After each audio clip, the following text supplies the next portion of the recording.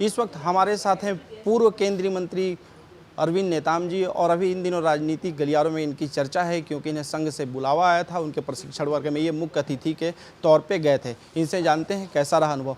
Sir, the press से बात करने के लिए बहुत बहुत धन्यवाद। अभी संघ कार्यालय से आपको बुलावा है, उसमें गए थे आप, कैसा रहा अनुभव? बहुत बढ़िया रहा, और ये बुलावा आना भी मेरे लिए तो बड़ा आश्चर्य भी है, उपलब्धि भी है।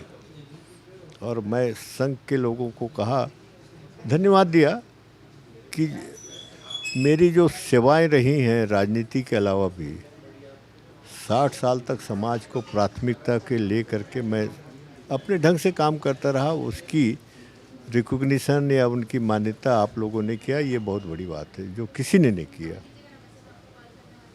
किस तरह की बातें हुई संघ प्रमुख से? बहुत से मुद्दे पे हुई, चूँकि 2 दिन का में रहे तो व्यक्तिगत तौर से भी चर्चा हुई, सार्वजनिक सभा में भी चर्चा हुई, बहुत से उनके थिंक टैंक और जो भी आए थे देश भर के, उनसे भी चर्चा हुई। तो मुद्दे तो बहुत हैं आदिवासी इलाके में, और हम चिंतित इसी बात की हैं कि अस्तित्व रहेगा कि नहीं रहेगा इस देश में आदिवासी समाज की, चिंता का विषय है। इसी में धर्मांतरण है, जल जंगल ज़मीन है, डिलिस्टिंग है, धर्म कोड है, ये सब में होती रही है।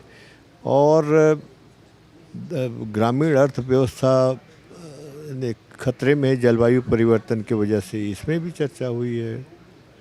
कांग्रेस बैकग्राउंड का नेताओं के बुलावे पे देखें तो इससे पहले प्रणब मुखर्जी गए थे, उसके बाद आप गए हैं, तो इस बुलावे के लेकर आप भी थोड़ा सा आश्चर्यचकित हुए कि आखिर संघ ने मुझे क्यों बुलाया? क्योंकि आप कांग्रेस के कद्दावर नेता रहे हैं, इंदिरा गांधी और नरसिम्हा राव के दौरान में आप केंद्रीय मंत्री की जिम्मेदारी भी संभाले थे। नहीं, सक्रिय राजनीति में या सक्रिय एक्टिविटीज़ में रहो तब बुलावा आए तो उतना आश्चर्य नहीं होता। अरे हम तो सबसे छुट्टी पा गए ना, राजनीति सामाजिक काम में, स्वास्थ्य की वजह से थोड़ा बहुत समाज में काम करने का हमारा भी है और रहेगा, पर एक सीमा होती है।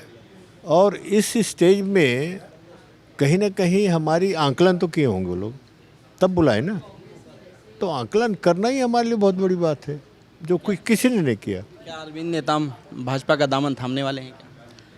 ये जो यानी सोच है, चाहे प्रेस का हो या किसी नेता को, हर चीज़ को राजनीतिक एंगल से, हम तो समाज को कैसे बचाएं और मिल के बचाएं। जो अस्तित्व खतरे में है कोई छोटी मोटी समस्या नहीं है। अब इसको भी अगर उसको यानी इसमें जाएंगे, अरे भाई 84 साल उम्र गए, अब क्या नौकरी यानी ज्वाइन करेंगे और क्या, और रिटायर हो गए, बहुत साल हो गया। आदिवासियों को लेकर सामाजिक कार्यों को लेकर आप आगे बढ़ते रहे हैं, संघ का कैसा दिखा रवैया आदिवासी समाज को लेकर? देखिए, आज भी मैं महसूस करता हूं कि वैचारिक फासला है संघ और समाज में, और वही तो हमने संघ के सामने बहुत सालों से कह रहे हैं, 2-3 साल से, कि भाई आप इस दूरियां कम करिए।